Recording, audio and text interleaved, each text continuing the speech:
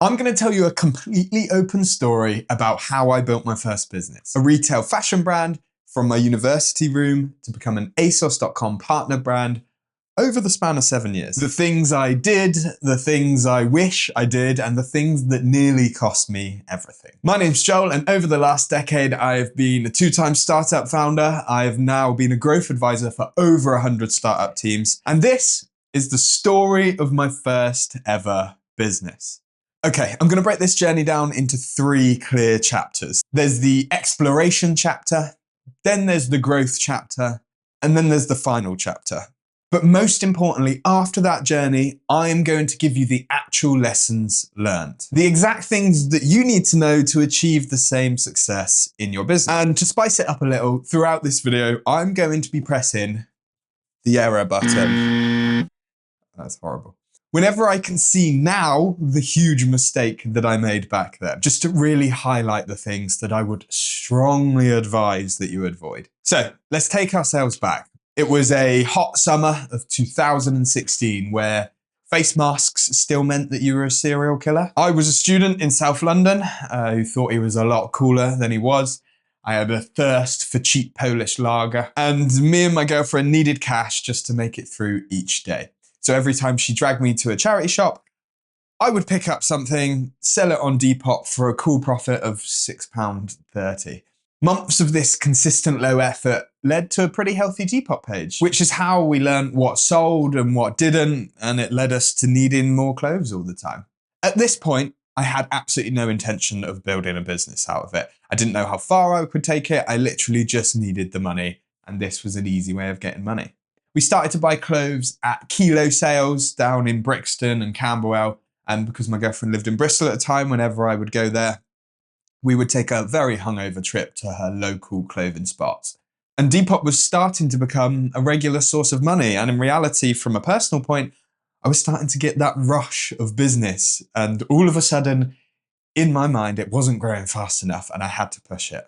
Mainly because the thought of getting a real job after leaving university was terrifying to me. So terrifying that I actually set myself a time limit. The day that the remainder of my student loans ran out, the 20th of July, is the day that I have to earn enough money from this to pay all my bills and to survive. I know now that rushing into business is potentially the worst thing that you can do for the future of that business. You will make decisions based on what gets you money right now to survive, rather than what could potentially get you growth and more money in the future. Instead, I probably should have just got a part-time job and settled down to the idea that I'm trying to find what works in this business, and I'm not trying to find what pays me £1,000 by next week, because often they are wildly different things. Anyway, we got to work. Reverse engineering the amount of sales we needed to pay our bills meant that we could calculate how many clothes we needed to buy using our conversion rate. And the number was much higher than we had hoped. So I started to look for wholesalers so that we could stop pissing about in charity shops and clothing markets. And we started to save every single penny we got from those sales to save up for our first big order, which was 20 second-hand Moncler puffer jackets, just like the ones that the road kids still wear today, but a little more tatty. And out of those 20 Moncler jackets, 19 of them were fakes, which meant that the only place we could actually sell these fakes was at a local market where you could advertise them as what they are. The day of having no more money was rapidly approaching, and we had no profitable business to show for our efforts. So we did something drastic. We found a high street shop and we went all in. Somewhere with a 30-day rolling contract, a very small deposit, somewhere we could get into nice and quick that didn't cost too much for a refurb. And luckily, it was on the busy shopping street of Park Street in Bristol. If you've watched Skins, then you might know what I'm talking about. It's the big steep hill. So we opened. The first year was touch and go, but we made it through, admittedly with a few shifts on my delivery bike to make sure that we actually ate food at times. But this felt like the proper step into my real business journey. We dealt with suppliers, we sold face-to-face with our actual customers, and we worked ridiculous hours at this point. But I was becoming a proper founder. So Leaping a couple of years forwards, the growth chapter. Once we had opened our shop, we started to take ourselves online much more seriously. We upgraded from Depop to ASOS Marketplace, which doesn't actually exist anymore, but at the time it was a sister company to ASOS, where independent and smaller brands can sell on their marketplace. In general, marketplaces were an easy place for us to make sales because of all the free traffic, but the privilege of paying their 20% fees and their near compulsory free shipping and all of the price wars on these marketplaces were really eating into our margin and therefore our growth. It was at this point we knew we had to create a sales channel of our own, and my first ever Shopify store build began. Running the real shop in the day and locking ourselves away at night for months on end, we listed hundreds, maybe thousands of items onto our Shopify store. Unfortunately, in our case, each item was unique and it required its own photos, descriptions, SKUs, and there was no AI back then, so everything was done by hand. It was exhausting. But we launched the store and crickets. We expected a little bit more. Sure, it helped when customers wanted to buy something for Instagram, we can send them to the online store, but it didn't really drastically change our revenue much, and it just added complexity to every single day. So we started to run Instagram ads, Facebook ads, and even though the traffic we were getting was affordable and it converted quite well, there was one major problem. Because all our items were unique and one-offs, once they got sold, they were gone. Then we'd have this advert running where people would click on this product, they would come to the product page, it would be sold, and even if they went looking for other products on our site, Instagram and Facebook did not like this. Each ad platform would send crawlers out to follow links in ads to make sure what we were selling is actually true, and it wasn't there, which suddenly showed as false advertising. So we got banned from platforms repeatedly. And this was the day I became a mortal enemy of Zuck and his stupid little games, because no one ever replied, and they still don't today. It's an awful system and I hate it. So anyway, we decided to put our focus elsewhere. What do you mean you came up against one small hurdle and you decided to change your entire business plan because of it? 22-year-old Joel was absolutely pathetic, and I'm really glad that I've never done anything like him. But this was the decision we made. So after the now stable and guaranteed income of our first store, we felt pretty confident that moving our efforts into retail was a nice solid way of making sure we got our salaries paid and left enough money in the bank for growth and new projects after that. So we opened a second store in Birmingham, not too far from Bristol. And we also started to send packages of clothing to other Bristol store owners we know, Bristol barbers, on commission base. So we don't need to be there. If it doesn't sell, they just send it back. If it does sell, they get a cut. So we went through our warehouse at the time and we collected all of our favorite stuff together and we shipped it all out to make a big splash on opening day at each of these locations. And this led to a big jump in sales and we thought we were so clever. But that didn't last long because we took the best stock from what actually worked and we threw it all into a test that we didn't know was going to work. Well, guess what? A lot of clothes get stolen in Birmingham. And I don't mean once off, I mean like 20 to 30% of all of our best stock disappearing every single month, no matter what we did to improve security. And I don't want to come across as city phobic because I absolutely love Birmingham, but I'm going to guess that you Brummies aren't surprised at this statistic. So after the excitement died down of opening all these new retail units, our revenue sat just above what it was before. With all the new complexity and with the new overheads we had, we made less money overall and our daily work life became awful. But luckily, a gift from China was coming in the form of a sneeze. COVID hit fast in the UK in terms of retail, and we shut every single retail unit over the space of 4 horrible weeks. We moved all of our stock into storage, a lot of it into our very nice little flat in Bristol, just so that we could keep shooting and keep listing products online without needing to go outside because we weren't allowed at the time. Well, weirdly, the best thing to ever happen to our retail company was the worst thing to happen to retail in centuries. We sold more clothes online than possibly ever before, and we had zero overheads.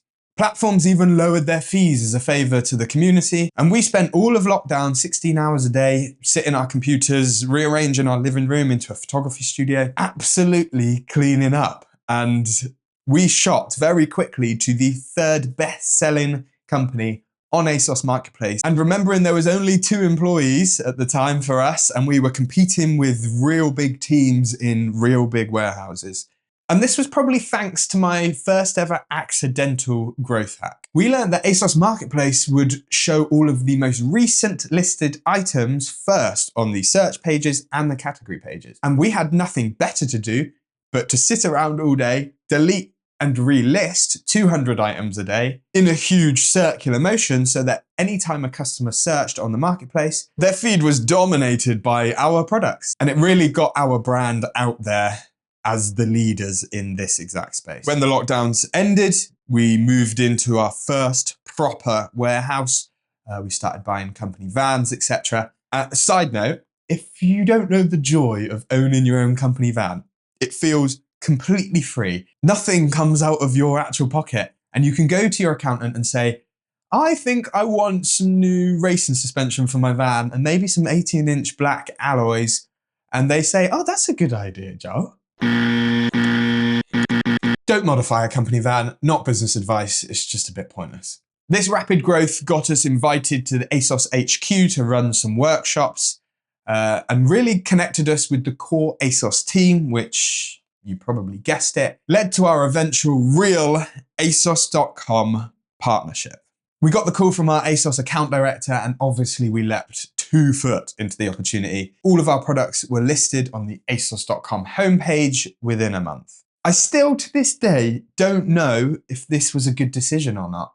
But at the time, it was a risk that we couldn't pass up. I knew that the results of this launch was going to decide my business and my own personal future. If it goes well, I'm buying a mansion and I'm putting a jet ski in the pool. And if it goes badly, then I'm going back to square one. Well, the results came in and it was annoyingly neither. So the sales trickled in at first and it grew faster and faster, and we stayed up most nights watching the order confirmation emails roll in. We were definitely hitting company records, but from the ASOS homepage as a new brand and we got our own little section, I was expecting a lot more.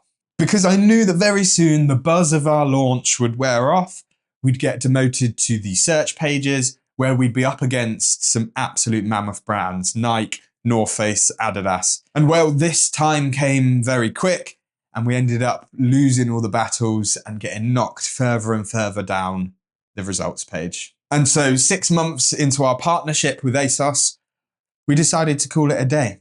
There was still some sales, sure, but we had to bend our operations to their exact rules, and it just became not worth it in the end. We had plenty of sales on our other platforms before they came along, and not to mention the really high fees and high expectations of the ASOS platform itself. So this brings us to year 7. The final chapter. We went back to what we did best, trying to find a way to sell these thousands of clothes that we've got in the warehouse for as much money quickly as possible. But we've been down this road before and we knew exactly how much energy it was going to take from us. Up to this point, we've had court cases with suppliers who committed tax fraud. We've had no weekends and no holidays for pretty much 7 years. And in all honesty, we've had some unbelievable low points where, if I'm being real with you, we both just wanted to quit, but we couldn't because of the responsibility of staff and everything we'd signed up to.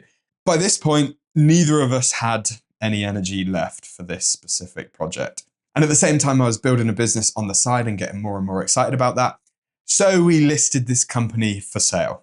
We had some offers. A few of them really nearly went across the line, but they all ended up falling through. So we just sold all the assets to some friends in the industry and I went all in on my next business. But now for the section you actually care about. Here's 3 major business lessons that I've absorbed from my journey to help other ecom, D2C, retail founders have a much easier and faster ride.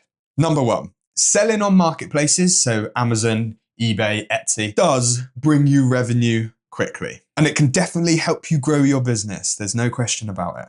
But the long-term effect needs to be considered because it potentially isn't worth it. I think back to when we gave up our first Shopify store. And I think that if I had just stuck to that and mastered marketing at the time, then the outcome could have been completely different. When going all in on marketplaces, you are making the decision to get paid today rather than potentially having sustainable growth in the future. And sometimes that's absolutely right, but you need to know the decision that you're making. So make it carefully. Number 2, the operational complexity of your business is one of the biggest barriers to your growth. If you spend every single day doing a million little tasks just to keep things moving forwards and you're constantly putting out fires, of course you're not going to have any time to focus on growth. I wish that we chose 2 sales channels, one primary sales channel that created all the money and we put most of our focus in, and a backup sales channel. In case shit hit the fan on the first one, this backup one could cover our costs and help us recoup. I believe if we did this, it would have completely changed our trajectory for the better. Essentially, don't spread your efforts too thin because you won't win on any of them and you're going to end up having a really shitty work life. And finally, number 3, the most important thing that I learned. There's a formula that I wish I knew from day one. I learned this when I was 27 years old, and now it's so obvious to me why I had so many issues in business before I learned this. This exact ratio decides if your business is going to live or if it's going to die. It's the ratio between how much it costs you to get a new customer and how much these customers are actually worth to you. Or if you want to be fancy, it's your customer acquisition cost to your customer lifetime gross profit. If I had known this critical formula much earlier, I would have had the tools to actually succeed in business at a much younger age. And if you want that knowledge now, you can learn all about the formula here.